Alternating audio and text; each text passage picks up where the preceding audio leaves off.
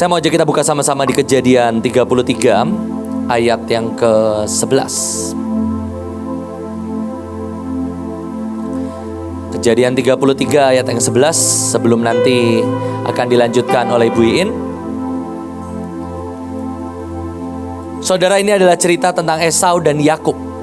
Saudara bisa baca bagaimana sampai ke dalam perjanjian baru, Esau selalu menjadi momok atau menjadi sosok contoh jelek yang selalu dikatakan dia adalah seorang yang menjual hak kesulungan, menjual setiap berkat, menganggap rendah, menukar dengan yang daging. Dia memilih apa yang dia suka, dia memilih apa yang sedang dia butuhkan saat itu. Dan dia adalah role model. Bukan role model ya, dia adalah peran seorang yang tidak bisa melihat yang ilahi. Tapi di Alkitab ditulis, Kejadian 33 ayat yang ke-11, ini adalah percakapan antara Esau kepada adiknya Yakub. Terimalah kiranya pemberian tanda salamku ini yang telah kubawa kepadamu. Sebab Allah telah memberi karunia kepadaku dan aku pun mempunyai segala-galanya. Lalu dibujuk-bujuknya Esau sehingga diterimanya. Saudara, mari kita buka sama-sama di Kejadian 27 ayat yang ke-33. Ini adalah kisah bagaimana Esau kehilangan segalanya, saudara.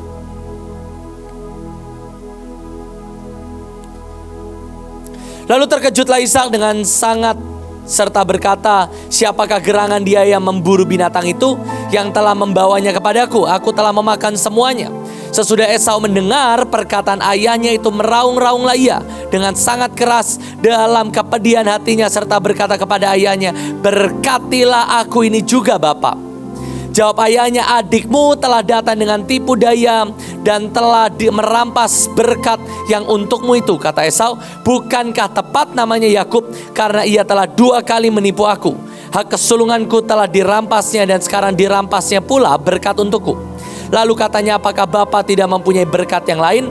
Lalu Ishak menjawab Esau, katanya, sesungguhnya telah kuangkat dia menjadi tuan atas engkau, dan segala saudaranya telah kuberikan kepadanya menjadi hambanya, dan telah kubekali dia dengan gandum dan anggur. Maka kepadamu apalagi yang dapat kuperbuat ya anakku?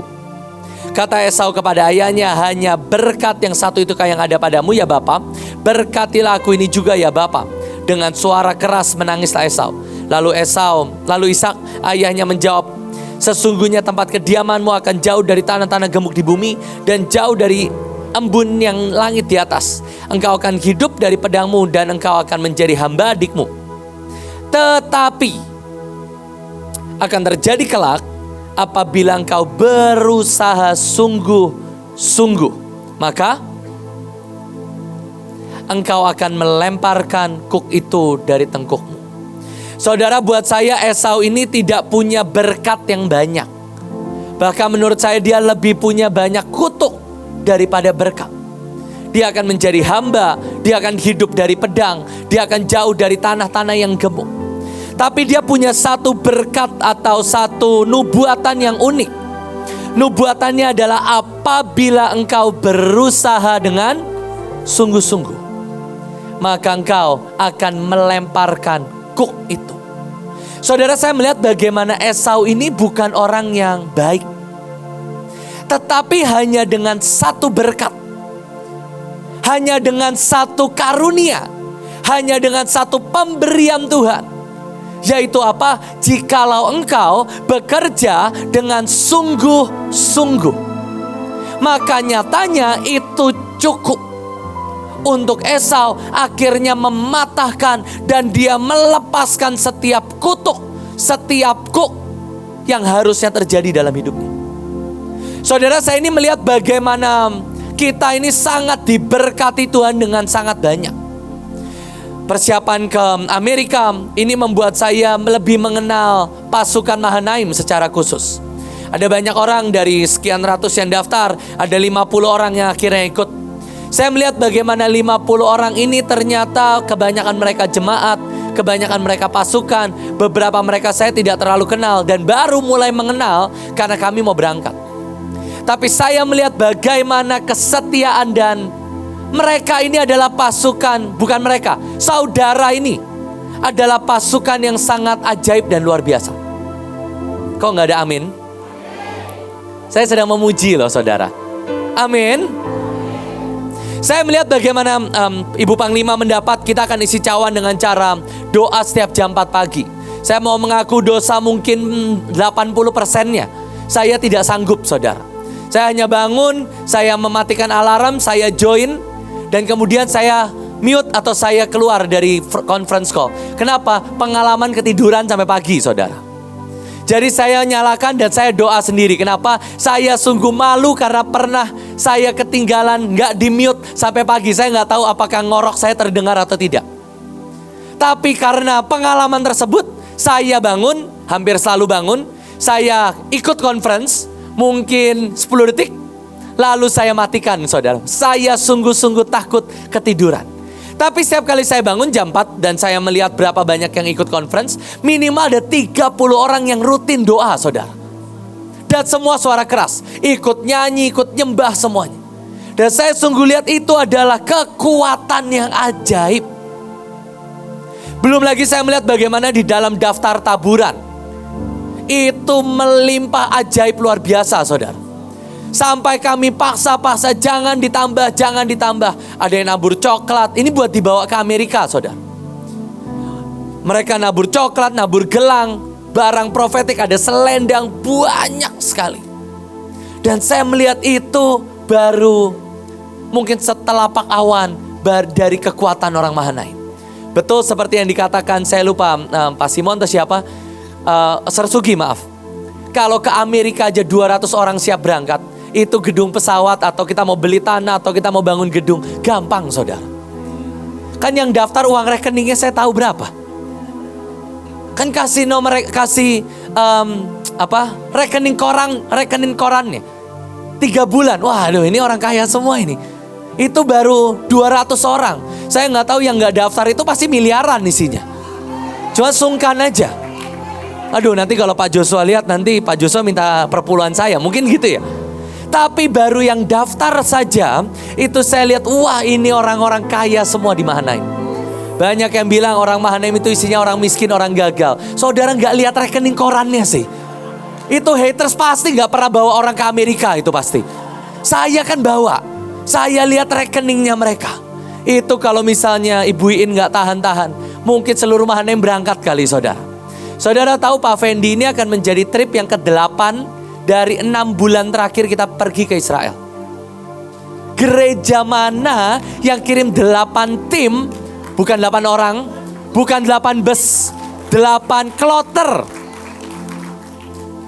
Dan saya melihat mulai dari Satpam, CS sampai berapa? Baru Maret saudara. Dan sudah sangat banyak. Dan saya melihat itu apa? Itu adalah kekuatan. Balik ke Alkitab. Tapi hari itu Esau tidak punya banyak. Dia hanya punya 1 berkat. Dia hanya punya 1 karunia. Dari semua yang sisa yang sudah diambil oleh adiknya. Dia hanya punya 1, yaitu jikalau engkau berusaha dengan sungguh-sungguh. Tapi nyatanya seringkali orang dunia berusaha jauh lebih sungguh-sungguh daripada setiap kita. Mari kita balik ke PowerPoint. Saudara, ada seorang yang bernama J.K. Rowling. Dia adalah orang yang menulis cerita Harry Potter, saudara. Saya baru tahu ternyata cerita Harry Potter dibuat bukan 2 bulan, 3 bulan. Tetapi itu adalah buku yang ditulis bertahun-tahun. J.K. Rowling adalah seorang ibu, dia punya anak perempuan. Dan dia baru bisa mengetik setiap malam di saat anak perempuannya sudah tidur. Saudara, setelah ini gak usah baca bukunya ya saudara. Saudara baca buku profetik saja. Tapi dia bertahun-tahun nulis. Dan saudara tahu setelah bertahun-tahun nulis, dia cari semua percetakan dan tidak ada yang mau mencetak. Sampai akhirnya ada 1 percetakan kecil. Dan dia memprint, mencetak. Dan saudara tahu dia hanya mencetak 500. Dan itu pun tidak laku. 500 kopi. Dan itu pun tidak laku. Dan saudara tahu apa yang dia lakukan? Dia mulai mempromosikan. Ada orang yang bilang bagus, ada orang yang bilang jelek.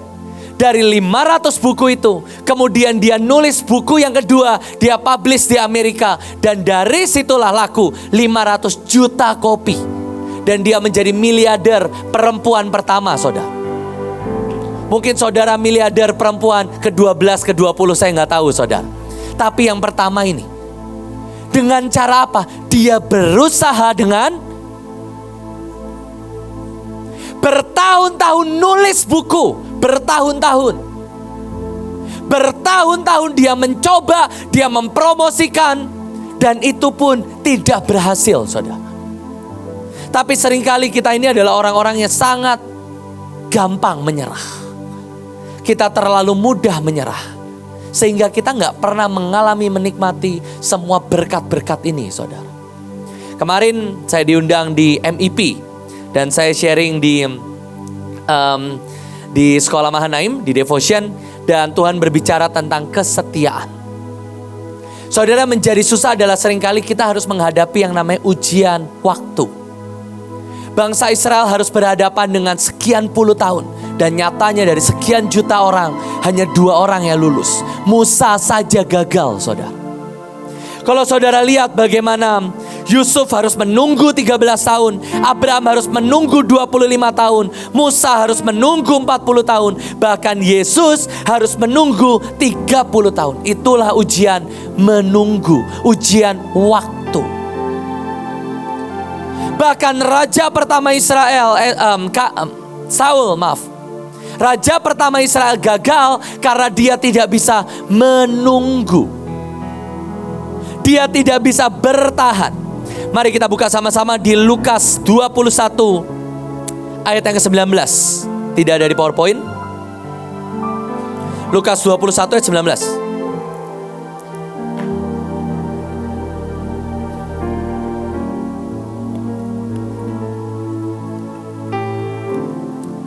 Boleh tolong isi worshipnya di Lukas 21 ayat yang ke-19.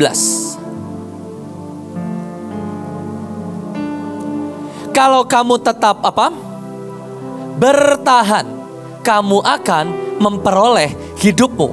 Satu lagi Lukas 12 ayat yang ke-42. Kita sedang berbicara tentang rule the world. Lukas 12 ayat 42. Lukas 12 ayat yang ke-42. Jawab Tuhan. Jadi, mari baca sama-sama 1, 2, 3. Jadi siapakah pengurus rumah yang setia dan bijaksana, yang akan diangkat oleh tuannya menjadi kepala semua hambanya untuk memberikan makanan Kalau saudara baca sampai ayat yang ke-44, maka semua yang tuannya punya akan diserahkan kepada hamba yang setia. Bahasa Inggrisnya keren, a faithful and a wise manager. Masalahnya seringkali kita ini dalam perseverance, kita dalam berusaha sungguh-sungguh, kita ini terlalu enteng bobotnya. Seberapa banyak saudara berpuasa, saudara berdoa, dan itu gak ada hasilnya. Saudara coba nabur dan gak ada hasilnya. Itu hanya seringkali ujian bersungguh-sungguh. Saudara, saya mau kesaksian sedikit. Dari bulan Oktober. Sebentar, maaf.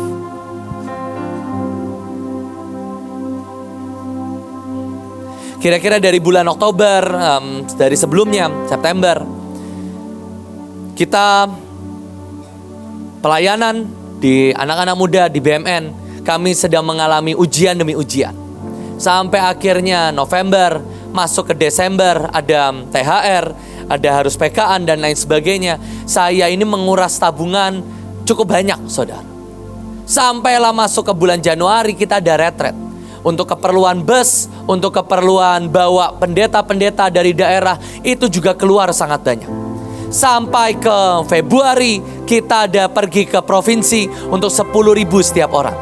Setelah sekian belas tahun, pertama kalinya uang di rekening tabungan saya 0, saudara. 0 bulat. Kalau saudara tanya, mana Pak buktinya? Oke. Sebenarnya masih ada uang, tapi untuk bangsa-bangsa. Tapi uang pribadi saya 0, saudara. Dan saya itu sampai berpikir untuk mulai menjual barang, saudara. Saudara bisa bayangkan, hari itu kita harus kirim beberapa kloter ke provinsi. Dan yang dikirim adalah pasukan anak-anak yang baru. Ada soundman, ada kameramen. Mereka dikirim cuman bisa beberapa sekolah, cuman bisa ke beberapa gereja. Setelah itu mereka ada kecelakaan sedikit di mobil dan sangat banyak pengeluaran, saudara. Tapi saya tuh cuma ngeliat gini, Tuhan, ini kan visi darimu. Pokoknya saya sepakat. Sampailah kalau saudara ingat ada KKR anak-anak muda gaspol, saudara. Itu kami masih harus bayar makanan, bayar transport. Itu hampir pertama kalinya saya memutuskan untuk minta ke anak-anak youth untuk persembahan karena gak ada uang. Saya hampir gak pernah, saudara. Kalau saya minta persembahan karena saya dapat untuk mereka taruh hati mereka atau supaya mereka lebih all out, itu pernah. Tapi minta uang persembahan karena tidak ada uang, itu gak pernah. Dan hari itu pertama kalinya di hari Selasa, itu rekening saya 0, saudara. 0. Dan saya bilang pokoknya doa, saya gak tahu nanti kita Jumat, kita mau KKR, kita mau bayar transport, pakai apa. Tapi hari dimana saya mau minta persembahan, saya bisa dapat bukan persembahan. Saudara tahu kotak persembahan sudah disiapkan, akhirnya diganti. Mereka semua tulis persembahan apa yang mereka mau lakukan, bukan uang. Mereka tulis ada yang mau doa, ada yang mau puasa, ada yang mau puasa gadget, ada yang mau bawa teman sekelasnya. Jadi saya dapat persembahan 1 kantong kertas HVS, saudara. Itulah modal saya untuk KKR. Saudara bisa bayangin, semua anak-anak yang lain gak tahu. Pokoknya KKR, gaspol, jalan terus. Saya bukan iman bisik-bisik, ibuin mau nabur, enggak. Pokoknya kita akan jalan terus. KKR jalan gaspol saya bilang. Uang transport gak tahu, uang makan dari home saya gak tahu, saudara. Kita benar-benar nol. Jangan ngomong uang rok. Uang rok sudah 0 dari bulan September, saudara. Dan saudara tahu, saya pokoknya memutuskan, saya akan berusaha sungguh-sungguh. Saya akan doa makin banyak. Dan saya mendapat door prize dari Tuhan.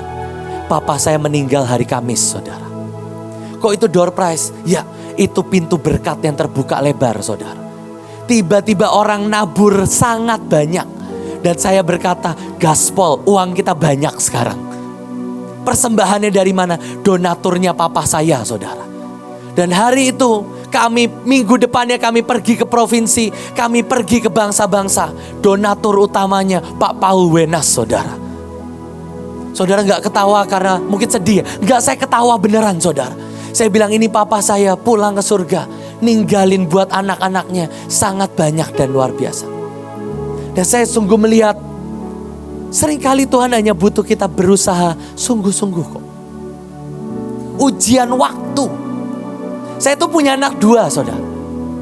Saya punya istri, harus bayar listrik, harus bayar makan, ada bayar catering. Tapi hari itu uang tabungan saya 0. Minus bahkan, karena saya pinjam bendahara saya, saudara. Minus sekian ratus ribu. Tapi hari itu saya melihat, Tuhan itu seringkali cuma nunggu aja. Seringkali kita berdoa, kita coba fight. Kita coba pukul setiap musuh. 1 pukulan, 2 pukulan. Dan kita menyerah di sana. Orang yang kedua bernama Michael Jordan. Ini keren, saudara. Michael Jordan ini dia adalah pemenang 6 championship. Dia MVP 5 kali. Dan dia masuk ke dalam All Star 14 kali. Itu berarti 14 tahun. Yang ajaib adalah ternyata Michael Jordan, dia di cut off dari tim SMA-nya. Saudara bisa bayangkan, hanya main di level SMA saja, dia nggak lulus, saudara. Itu Michael Jordan. Dan saudara tahu hari itu dia diputus dari SMA-nya, dari tim basket SMA-nya. Dan setiap pagi dia latihan. Setiap pagi sebelum masuk ke sekolah dia latihan basket. Dan singkat cerita dia dapat beasiswa di satu kuliah, di satu universitas. Dan di sana dia karirnya makin naik. Dan dia menang 6 kali, 5 kali MVP dan All Star 14 kali. Dari siapa? Dari seorang yang gagal di sekolahnya. Saya juga mau berbicara tentang seorang bernama Van Gogh. Kalau ini ceritanya tragis karena lukisannya baru laku setelah dia meninggal, Van Gogh. Dia melukis sebanyak 2000 lukisan. Saudara bisa bayangin? Saudara ngelukis satu aja mungkin susah. Dia 2000 lukisan. Dan semua gak laku. Dia dicaci maki keluarganya, dicaci maki semua orang. Carilah pekerjaan yang benar. Tapi dia tetap berusaha dengan sungguh-sungguh. Dan saudara, hari ini lukisannya laku seharga 1.262.000.000, saudara. Satu lukisan. Dan dia masih punya 1999 lainnya. Saudara bisa bayangkan, yang dia lakukan itu cuma apa? Berusaha dengan. Dan yang terakhir, yang keempat, Nick Vujicic. Ini buat saya, pukulan buat saya lah. Saudara, dia ini gak punya tangan, gak punya kaki. Dia bisa berselancar. Siapa yang tidak bisa berenang? Boleh saya minta angkat tangan? Yang gak bisa berenang, saudara kalah dengan orang ini. Dia bisa berenang, dia bisa berselancar, dia terjun payung. Siapa yang tidak bisa main gitar? Boleh angkat tangan? Saudara juga kalah dengan Nick. Dia bisa main gitar, dia public speaking, dia bisa nulis buku, dia ngajar, dan dia sudah berpengaruh untuk jutaan orang. Gak punya tangan, gak punya kaki. Saudara bisa bayangkan? Nah, sekarang pertanyaan saya gini. Di Alkitab ditulis ada yang punya 1 talenta, 2 talenta, 5 talenta. Nick ini talentanya berapa sih? Gak punya tangan, gak punya kaki. Maaf, kakinya itu hanya 1 yang saudara bisa lihat. Seperti ya cuman telapak saja. Dan itu cukup untuk dia berenang, main musik, terjun payung, ngetik buku. Cukup. Punya istri, punya anak, saudara. Jadi saudara kalau merasa hidupmu gak laku, saudara jomblo, enggak. Nick aja laku, saudara. Gak punya tangan, gak punya kaki. Laku. Saudara ngeliat. Nah ini dia, Matius 25 ayat yang ke-27. Ini yang dahsyat.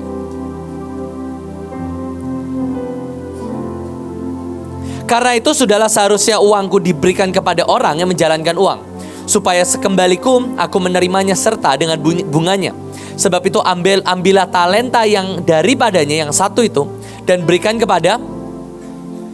Jadi orang ini dari punya 5 bukan jadi 10. Dari 5 jadi 11. Saudara, ternyata apapun benih yang Tuhan berikan dalam hidup kita, itu harusnya bukan berkurang, tapi bertambah. Dari 5 bukan hanya 2 kali lipat jadi 10. Dari 5 jadi 11. Buat saya, Nick Vujicic lahir cuma dengan 1 talenta, yaitu pantang menyerah. Dia tidak memutuskan untuk menyerah, dia memutuskan untuk tetap berjuang. Itu doang 1 talentanya. Tapi dari 1 talenta itu ternyata cukup untuk dia berselancar, terjun payung, nulis buku, dan lain sebagainya tadi. 1 talenta. Buat saya, Nick itu adalah contoh dari 1 talenta menjadi 10 talenta, saudara. Sekarang coba engkau lihat, pasukan Mahanaim, kau lihat berapa banyak talentamu hari ini. Tadi saya sudah share bagaimana orang-orang Mahanaim ini minimal saudara punya 1 talenta, menabur. Dan di Alkitab ditulis engkau pasti akan menuai. Tapi caranya adalah kalau engkau bersungguh-sungguh. Jangan sampai engkau ini adalah orang-orang pasukan-pasukan Tuhan yang hanya melakukan segala sesuatu setengah hati. Melakukan cuma sekali dan setelah itu menyerah. Saudara, tidak ada orang yang melakukan sekali dan langsung berhasil, saudara. Kemarin saya lupa lagi, saya lihat kalau saudara tahu ada seorang penyanyi yang bernama Ed Sheeran. Siapa yang tahu Ed Sheeran di tempat ini? Oke, saudara tahunya Olvi ya. Saudara tahu Eric Stanley ya. Oke, tapi ada penyanyi dunia yang bernama Ed Sheeran. Lagunya ada beberapa macam. Dan saya nonton bagaimana talk show dan dia berkata gini. Banyak orang berkata, hebat ya kamu, bersyukur ya kamu, lahir dengan talenta. Dan Ed Sheeran berkata, tidak ada orang yang lahir dengan talenta. Semua orang harus bekerja keras. Dan saudara tahu Ed Sheeran dia menampilkan sebuah rekaman lagu. Saat pertama kali dia coba rekaman pakai iPhone jadul, saudara. Pakai iPhone jadul, dia play, dia main gitar dan dia nyanyi. Saudara tahu itu suaranya flawless, saudara. Flawless sekali. Mungkin boleh saya minta tolong ada yang bantu mencarikan. Itu video di talk show dan dia play. Dan itu suaranya sumbang, saudara. Mungkin sama Bevis 11-12, saudara. Tapi dia latihan bersungguh-sungguh. Sampai akhirnya dia menjadi salah satu penyanyi top dunia hari. Caranya gimana? Bersungguh-sungguh. Roma 12 ayat yang ke-6.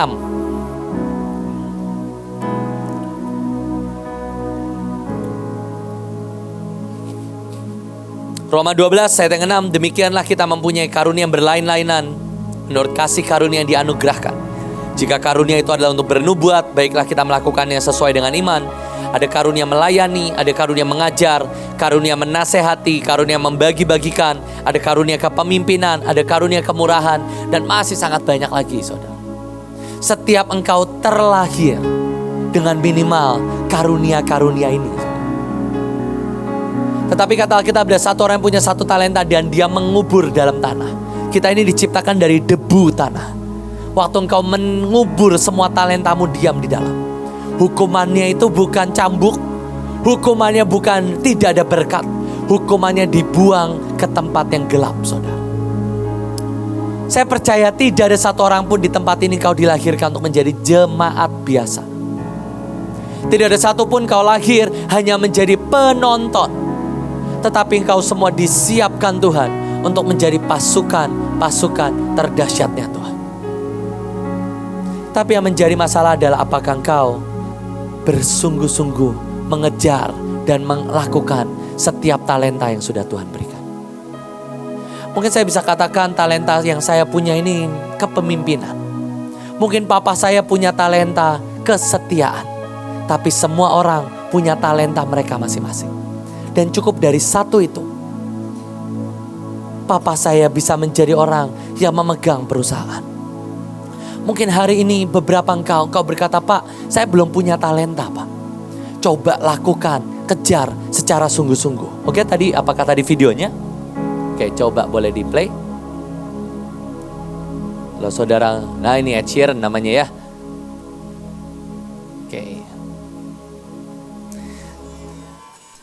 Oke, mundurin dikit. Oh iya, ini betul. Ini dia play, saudara.